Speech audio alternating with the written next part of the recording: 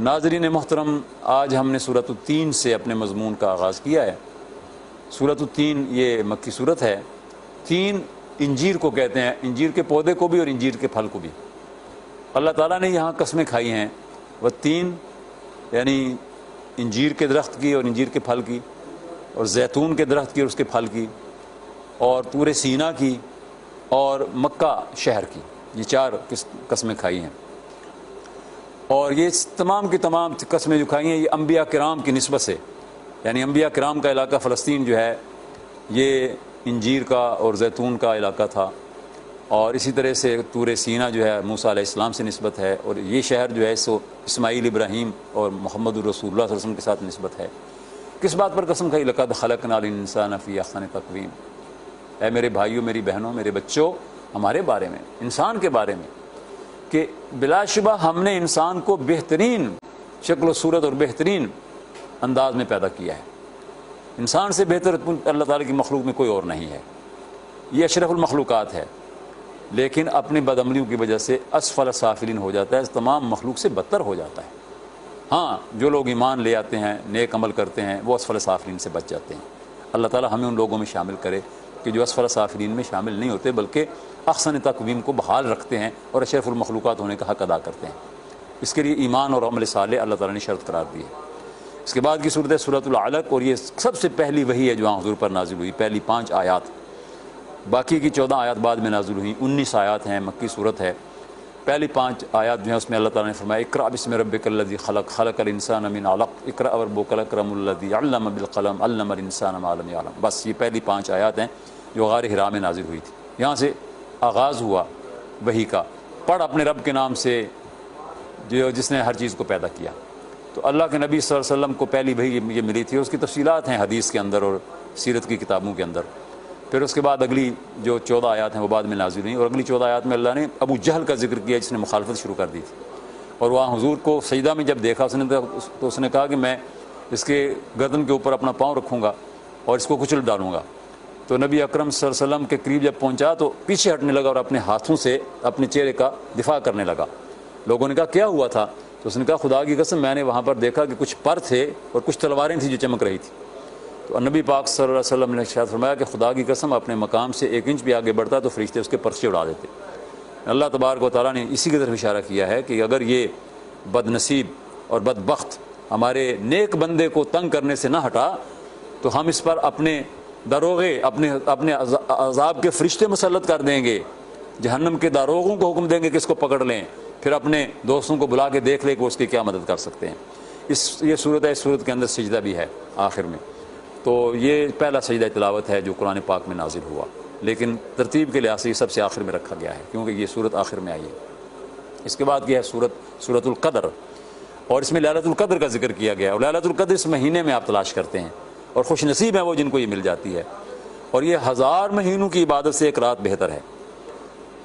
اور نبی اکرم صلی اللہ علیہ وسلم سے حضرت عائشہ صدیقہ رضی اللہ تعالیٰ عنہا نے پوچھا کہ یا رسول اللہ صلی اللہ علیہ وسلم اگر مجھے خوش قسمتی سے لیلۃ القدر مل جائے تو میں اللہ سے کیا مانگوں؟ تو فرمایا کہ اللہ تعالیٰ سے اس کا عفو درگزر مانگو، اللہ تعالیٰ سے جہنم کی آگ سے پناہ مانگو، اللہم انک عفو کریم تحب العفو فاعف عنا، اللہم اجرنا من النار۔ تو اللہ تعالیٰ سے دوزخ کی آگ سے پناہ مانگنی چاہیے اللہ تعالیٰ کی، اور اللہ تعالیٰ کا عفو درگزر مانگنا چاہیے اس سے۔ اس کے بعد کی صورت جو ہے یہ ہے سورۃ البینہ۔ یہ بھی صورت جو ہے اس کے بارے میں 2 آراء ہیں، مکی ہونے کی بھی رائے ہے اور مدنی ہونے کی بھی رائے ہے۔ اور بینہ کہتے ہیں ان کھلی نشانیوں کو جو ہر چیز کو کھول کر بیان کر دیں۔ تو فرمایا کہ اہل کتاب یہ چاہتے تھے کہ کوئی واضح نشانیاں ان کو دکھائی جائیں، تو واضح نشانیاں تو آ چکی ہیں، اس کے بعد بھی وہ ایمان نہیں لائے، نہ مشرکین ایمان لائے نہ اہل کتاب ایمان لائے۔ تو جو بدبخت ہیں وہ نہیں ایمان لائے، جو خوش نصیب ہیں وہ دور دور سے آ کر ایمان لا رہے ہیں۔ اور دونوں کا تذکرہ آخر میں اللہ تعالیٰ نے کیا، ان الذین کفروا، جو کافر ہیں ان کا بھی، اور والذین آمنوا، جو اہل ایمان ہیں ان کا بھی، اولئک ہم شر البریہ، کفر کرنے والے جو ہیں اور برے اعمال کرنے والے ہیں شر البریہ ہیں، تمام جانوروں سے بھی بدتر ہیں، حیوانوں سے بھی بدتر ہیں، اور جو اہل ایمان ہے خیر البریہ، وہ فرشتوں سے بھی بہتر ہیں، تمام مخلوق سے بہتر ہیں۔ رضی اللہ عنہم ورضوا عنہ ذلک لمن خشی ربہ، وہ ہمیشہ جنت کے اندر رہیں گے، اللہ ان سے راضی، وہ اللہ سے راضی۔ صحابہ کرام میں سے ہر ایک کے نام کے ساتھ ہی آتا ہے، سارے کے سارے جنتی ہیں. بعد والے ایمان والے جو ان میں سے جو ان کے راستے پر چلنے والے ہیں ان کے ساتھ بھی رضی اللہ یہ وہ اس کے مستحق وہ بھی ہیں, اللہ ان سے بھی راضی ہے. اور یہ اس کے لیے ہے جو اپنے رب سے ڈرتا رہا. بعد میں آنے والے بھی اگر خشیت اختیار کرتے ہیں تو بلا شبہ وہ اس وعدے کے مستحق ہیں.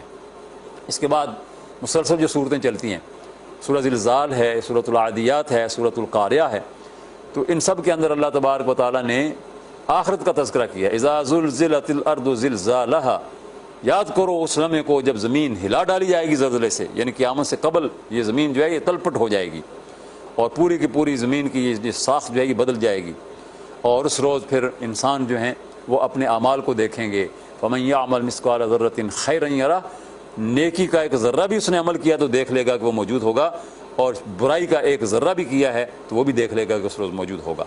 پھر سورۃ العادیات, اس میں قسم کھائی اللہ تعالیٰ نے دوڑنے والے گھوڑوں کی, وہ گھوڑے جو ہانپتے ہوئے دوڑتے ہیں, اور پھر رات کے وقت میں وہ جب سخت پتھریلی زمین پر دوڑتے ہیں تو ان کے سموں سے پتھروں سے ٹکرا کر سم جو ہیں ان سے پھر چنگاریاں نکلتی ہیں, اور پھر وہ دشمن پر حملہ آور ہوتے ہیں اور صبح دم دشمن کو جا لیتے ہیں. ان کی قسم کھائی ہے اللہ تبارک و تعالیٰ نے. اور پھر کس بات پر قسم کھائی ہے؟ یہ سارے حقائق بیان کرنے کے بعد جن کو انسان اپنے آنکھوں سے دیکھتا ہے, ان الانسان لربہ لکنود, انسان اپنے رب کا ناشکرہ ہے اور دولت سے محبت کرتا ہے اللہ تعالیٰ سے محبت کرنے کی بجائے. اور دولت سے اس محبت کا اندازہ اس کو اس روز ہوگا جب قبریں کھول دی جائیں گی, ہر چیز پیش کر دی جائے گی, کوئی چیز چھپی ہوئی نہیں رہے گی. اس کے بعد کی سورۃ القاریہ ہے. قاریہ عظیم حادثہ, یہ یعنی اللہ تبارک و تعالیٰ نے القاریہ تو القاریہ کے اندر اس بات کا تذکرہ کیا ہے جو اس سے پہلے کی صورتوں میں گزر چکا ہے, یعنی قیامت کا برپا ہونا. اور فرمایا کہ انسان اس روز پتنگوں کی مانند ہوں گے اور پہاڑ روئی کی مانند اڑتے پھریں گے. تو اس روز اللہ تبارک و تعالیٰ جن کو جنت میں داخل کر دے گا تو وہ بہت بہترین جگہ ہوگی, اور جن کا ٹھکانہ دوزخ ہوگا تو وہ بہت بدترین جگہ ہوگی. اس کے بعد کی صورت ہے سورۃ تکاثر. تکاثر کہتے ہیں زیادہ چاہنے کو, یعنی دنیا کی زیادہ محبت. الہاکم التکاثر حتی زرتم المقابر, تمہیں دنیا کی محبت نے اور مال و دولت کی کثرت نے غفلت میں مبتلا کر دیا ہے, تم نے غافل کر دیا اللہ کے ذکر سے, تم اس میں لگ گئے, اس کو چھوڑ دیا, حتیٰ کہ قبر کے کنارے تم آپ پہنچتے ہو, لیکن وہ ہوس ختم نہیں ہوتی. اللہ تعالیٰ نے تمہیں بہت کچھ دیا ہے, بڑی نعمتیں دی ہیں, اور قیامت کے دن ایک ایک نعمت کے بارے میں باز پرس ہوگی. ثم لتسألن یومئذ عن النعیم, پانی کا ایک گھونٹ جو ہم پیتے ہیں اس کی بھی بات پرس ہوگی کہ اللہ تعالیٰ کا دیا ہوا وہ کتنا بڑا تحفہ تھا, کتنی بڑی نعمت تھی. اللہ کے اس پانی کو پی کر تم نے اللہ کا شکر ادا کیا, اور اللہ کے نبی تو پانی پینے کے بعد اللہ کا شکر ادا کیا کرتے تھے.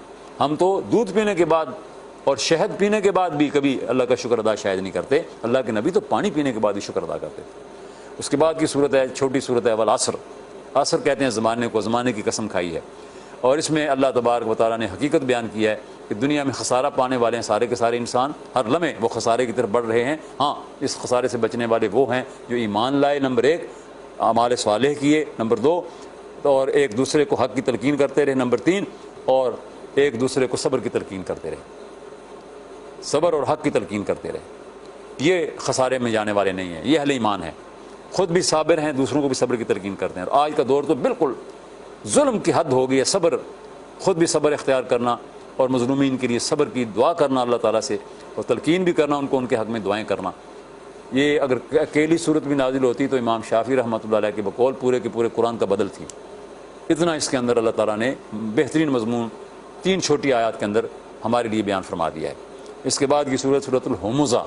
ہمزہ کہتے ہیں ان لوگوں کو جو بد زبان ہوتے ہیں, زبان دراز, تانے دینے والے, لوگوں کو بری باتیں کہنے والے, لوگوں کے دل دکھانے والے, ان کے لیے تباہی و بربادی اللہ تعالیٰ نے بیان فرمائی ہے. ان کا انجام بہت برا. اور یہ کون لوگ ہوتے ہیں؟ یہ وہ لوگ ہوتے ہیں زبان بھی بری ہے اور ہاتھ بھی تنگ ہے, مال و دولت جمع کرتے چلے جاتے ہیں, اس کو گنتے رہتے ہیں, اور عددہ یعنی مال جو ہے اپنے پاس اس کو بار بار گنتے ہیں, بار بار نوٹوں کا حساب کرتے ہیں, بار بار اپنے اکاؤنٹس کا حساب کرتے ہیں, بار بار اپنی جائیدادوں کا حساب تو کرنا چاہیے اس لیے کہ اس پر زکوٰۃ نکالی جائے. لیکن یہ کیوں حساب کرتے ہیں کہ میرے پاس اتنا اور ہونا چاہیے, ابھی اتنی کمی رہ گئی ہے, اور وہ کمی ان کی کبھی پوری نہیں ہوتی. وہ کمی قناعت پورا کرتی ہے, یا اللہ رب العالمین جس بندے کو صبر اور ایمان کی حلاوت دیتا ہے وہ اس کمی کو محسوس نہیں کرتا. اس کے بعد کی صورت ہے سورۃ الفیل. فیل ہاتھی کو کہتے ہیں. اس میں ہاتھیوں کے لشکر کی اللہ تعالیٰ نے تاریخ جو ہے اس کی طرف اشارہ کیا ہے، جو مکہ پر چڑھ دوڑے تھے، ابرہہ کا لشکر آیا تھا خانہ کعبہ کو تباہ کرنے کے لیے، یہاں حضور صلی اللہ علیہ وسلم کی پیدائش کا سال تھا، عام الفیل بھی اس کو کہتے ہیں، اور اس میں اللہ تعالیٰ نے چھوٹے چھوٹے پرندوں سے، ابابیلوں سے ہاتھیوں کو اور ہاتھی والوں کو مروا دیا تھا، اور یہ مکے والوں نے اپنی نظروں سے دیکھا تھا۔ اللہ نے اس کی طرف اشارہ کیا کہ یہ بھی کل کی بات ہے، تم نے یہ اپنی آنکھوں سے دیکھی ہے، آج اس گھر کے مالک نے اپنے نبی کو بھیجا ہے اور تم اس گھر کے اندر اس نبی پر ہاتھ اٹھاتے ہو، ظلم کرتے ہو، اللہ تعالیٰ سے ڈرتے نہیں ہو۔ اس کے بعد قریش کو پھر خطاب کیا اگلی صورت میں، اور دونوں صورتیں ایک دوسرے کا تتمہ معلوم ہوتی ہیں، اور قریش والوں کو کہا جو اسلام دشمنی پر تلے ہوئے تھے سردار، کہ اللہ تعالیٰ نے کتنی نعمتیں تمہیں عطا فرمائی ہیں، تمہیں اس گھر کی وجہ سے ساری دنیا میں عزت حاصل ہے، تمہارے قافلوں کو کوئی چھیڑتا نہیں ہے، تمہیں خوف نہیں ہے، تمہیں بھوک نہیں ہے، اللہ نے رزق بھی عطا فرمایا، امن بھی عطا فرمایا ہے، اور پھر اس گھر کی عبادت اس گھر کے رب کی عبادت کرنے کا تمہیں حکم دیا گیا تھا، تم نے اس کی عبادت کو چھوڑ کر بتوں کی عبادت شروع کر دی۔ فَلْيَعْبُدُوا رَبَّ هَذَا الْبَيْتِ، چاہیے قریش کو حکم دیا گیا تھا کہ اس گھر کے مالک کی عبادت کریں، انہوں نے اس گھر کے اندر بھی بتوں کو سجا دیا۔ یہ صورت قریش ہے۔ اس کے بعد کی صورت سورۃ الماعون، اور معاون چھوٹی موٹی استعمال کی چیزوں کو کہتے ہیں، قلم ہو گیا، کوئی عام گھریلو استعمال کی چیزیں، سوئی سلائی ہو گئی، کوئی اس طرح کی چیزیں جو ہیں، ہنڈیا ہو گئی، تو جو لوگ اس طرح کی معمولی چیزیں دوسروں کو استعمال کرنے کے لیے عاریتاً نہیں دیتے، ان کے لیے تباہی ہے۔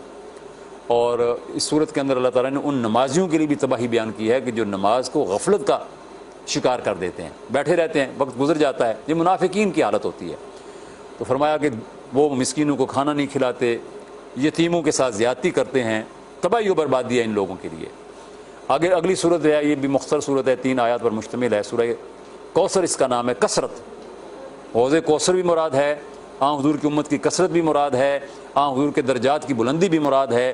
حضور صلی اللہ علیہ وسلم کے بیٹے جب فوت ہو گئے تو ابو لہب نے سب لوگوں کو جا کر کہا کہ خوشخبری ہو کہ محمد کی دم کٹ گئی، نعوذ باللہ ثم نعوذ باللہ، ابتر دم کٹے کو کہتے ہیں۔ اللہ تعالیٰ نے اس کے جواب میں ارشاد فرمایا انا اعطیناک الکوثر، ہم نے تو آپ کو کثرت عطا فرمائی ہے، امت کی کثرت، شان کی بہت بلندی اور درجات کی بلندی، اور حوض کوثر یہاں حضور صلی اللہ علیہ وسلم کو اللہ تبارک و تعالیٰ نے عطا فرمایا، اور اس کی طرف اشارہ کیا ہے۔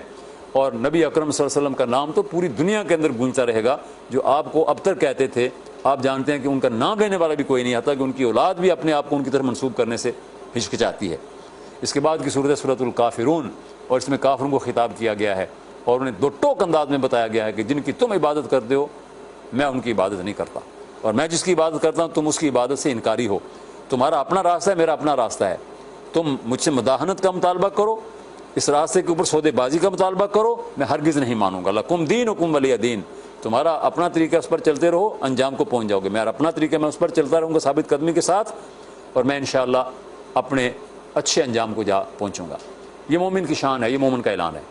اس کے بعد کی صورت ہے سورۃ النصر، اور یہ بھی 3 آیات پر مشتمل ہے۔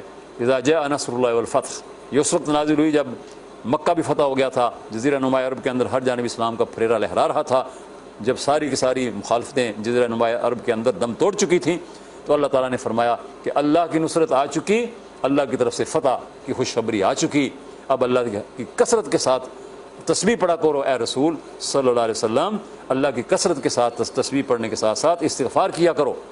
تو نبی اکرم صلی اللہ علیہ وسلم اس کے بعد کثرت کے ساتھ تسبیح پڑھتے تھے، استغفار کرتے تھے، اور حضرت ابوبکر صدیق نے جب یہ سورت سنی تھی تو وہ رونے لگے تھے۔ صحابہ نے کہا کہ یار غار کیوں رو رہے ہو؟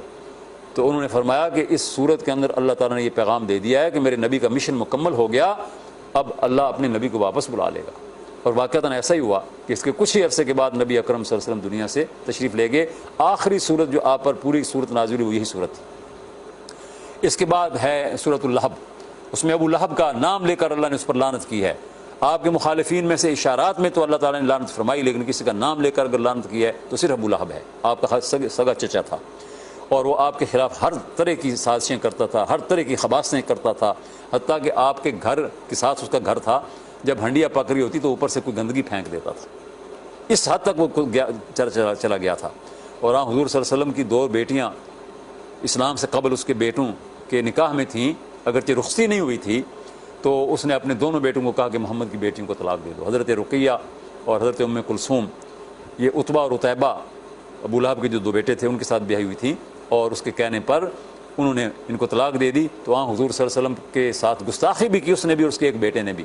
تو آپ نے فرمایا اللہ جو اس کے جس بیٹے نے حضور پر کے ساتھ گستاخی کی تھی، فرمایا اللہ اپنے جانوروں میں سے کسی جانور کو اس کتے کے اوپر مسلط کر دے۔ چنانچہ بہت ہی عبرتناک انجام ہے اس کا، پڑھ کر دیکھیے، تاریخ کے اندر دیکھیے، تفسیر کے اندر دیکھیے کہ شام کے سفر کے دوران میں وہ اس کے ساتھ تھا، اس کا بیٹا، تو اس نے ایک جنگل میں جب قیام ہوا تو اس نے کہا میرے بیٹے کی حفاظت کے لیے قافلے والوں انتظام کرو۔ سب نے اس کو بیچ میں سامان کے اوپر سونے کے لیے لٹا دیا اور اس کے گرد اپنے اونٹوں کو بٹھا دیا اور خود بھی اس کے گرد سو گئے، لیکن دور سے ایک شیر آیا، اس نے چھلانگ لگائی، کسی اور کو کوئی نقصان نہیں پہنچایا، سیدھا جا کر ابو لہب کے بیٹے کو اس نے پکڑا اور اس کو چیر پھاڑ دیا۔ اللہ کے نبی نے اس کے بارے میں یہ الفاظ کہے تھے تو سچ ثابت ہوئے۔ وہ بہت بدبخت تھا، چچا ہونے کے باوجود اس نے بدبختی کی انتہا کر دی تھی۔ ابو جہل کے اندر بھی اتنی خباثت نہیں تھی جتنی ابو لہب کے اندر تھی، اسی لیے اللہ نے نام لے کر اس پر لعنت کی ہے اور قیامت کے دن تک لعنت کی جاتی رہے گی۔ اللہ کے نبی نے کچھ نہیں کہا لیکن اللہ نے جواب دیا۔ اس کے بعد کی صورت ہے سورہ اخلاص۔ اخلاص یعنی خالص توحید، یہ نماز کے اندر ہم عام طور پر پڑھتے ہیں اور یہ اللہ تبارک و تعالیٰ کی خالص توحید ہے اور اس کو قرآن پاک کا ثلث کا قرار دیا گیا، یعنی تیسرا حصہ، بڑی برکت ہے اس کے اندر۔ پھر بعد کی جو دو صورتیں سورۃ الفلق اور سورۃ الناس، ان کو معوذتین بھی کہتے ہیں، وہ دو صورتیں جن میں اللہ کی پناہ مانگی گئی ہے۔